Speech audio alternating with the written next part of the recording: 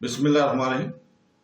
شروع کرتا ہوں اللہ کے پاک نام سے جو بہت بڑا مہربان نہایت رحم والا۔ دوستوں، بہنوں، بھائیوں، بزرگوں، السلام علیکم۔ قرآن پاک سے شفا اور واقعات پر مبنی اسلامی معلوماتی آج کی قسط نمبر 129 میں ہم بیان کریں گے کہ کیا قومیں اپنی عسکری قوت سے کامیاب ہوتی ہیں۔ تو دوستو، ایک ایسی دنیا میں جہاں طاقت کو اکثر فوجی طاقت سے ہم آہنگ کیا جاتا ہے، اس معروضے کو قرآن پاک اور پیغمبر اسلام صلی اللہ علیہ وسلم کی تعلیمات کی عینک سے پرکھنا بہت ضروری ہے۔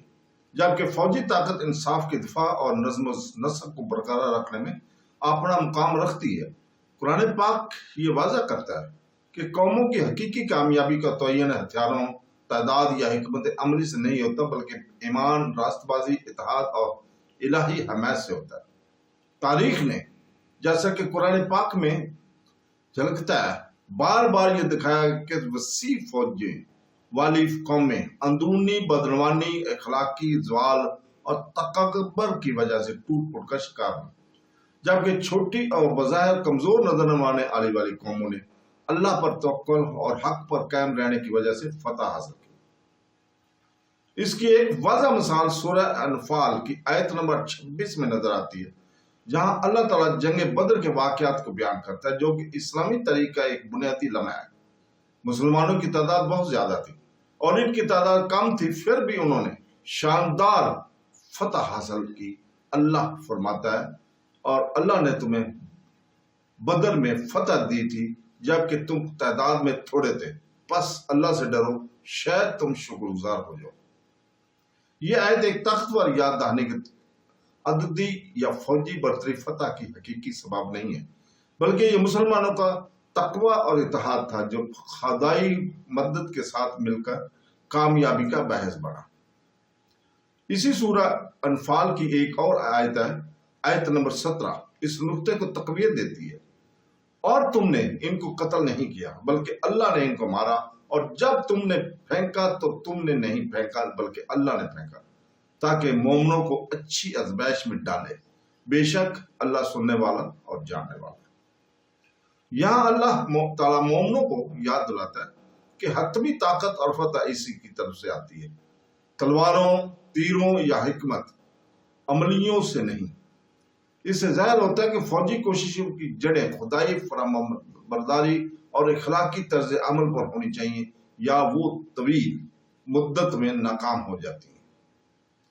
جنگ کے دوران بھی قرآن پاک سورہ انفال آیت نمبر 45 میں خصوصیات پر زور دیتا ہے، جیسے صبر، اتحاد اور مادی طاقت پر اللہ پر بھروسہ۔ اے ایمان والو، جب تم کسی طاقت سے ملو تو ثابت قدم رہو، اللہ کے کثرت سے یاد کرو تاکہ تم کامیاب ہو جاؤ۔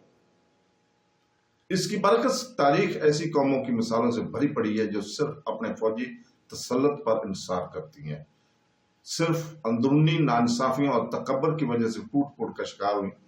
قرآن پاک فرعون اور ان کی فوج جیسے طاقتور لوگوں کے زوال پر روشنی ڈالتی ہے، جو اپنی فوجی طاقت کے لیے مشہور تھے۔ سورہ القصص آیت نمبر 40 میں اللہ تعالیٰ فرماتا ہے قرآن پاک میں، پس ہم نے اسے اور اس کے لشکروں کو پکڑ کر سمندر میں پھینک دیا، تو دیکھو ظالموں کا انجام کیسا ہوا۔ نبی کریم صلی اللہ علیہ وسلم نے بھی راست بازی کے بغیر فوجی طاقت پر بھروسہ کرنے سے خبردار کیا۔ ایک صحیح حدیث مسند احمد حدیث نمبر 12549 میں فرمایا، جو قوم ناانصافی کرتی ہے وہ زندہ نہیں رہتی۔ مزید یہ کہ آپ صلی اللہ علیہ وسلم نے صحیح بخاری کی حدیث نمبر 2896 میں فرمایا، تم میں سے کمزوروں کی مدد کرو، کیونکہ تمہیں رزق اور مدد صرف تم میں سے کمزوروں کی وجہ سے دی جاتی ہے۔ یہ حدیث اس بات پر زور دیتی ہے کہ کسی قوم کی طاقت اس کے ہتھیاروں میں نہیں بلکہ ان میں ہے کہ وہ اپنے کمزور ترین افراد کے ساتھ کیا سلوک کرتی ہے۔ ایک ایسا معاشرہ جو عدل اور انصاف کا خیال رکھتا ہے اور اس کے لوگ اللہ تعالیٰ کی نعمتوں اور مدد سے لطف اندوز ہوں گے، خواہ مادی طور پر وہ کمزور ہی کیوں نہ ہوں۔ جو ہر میں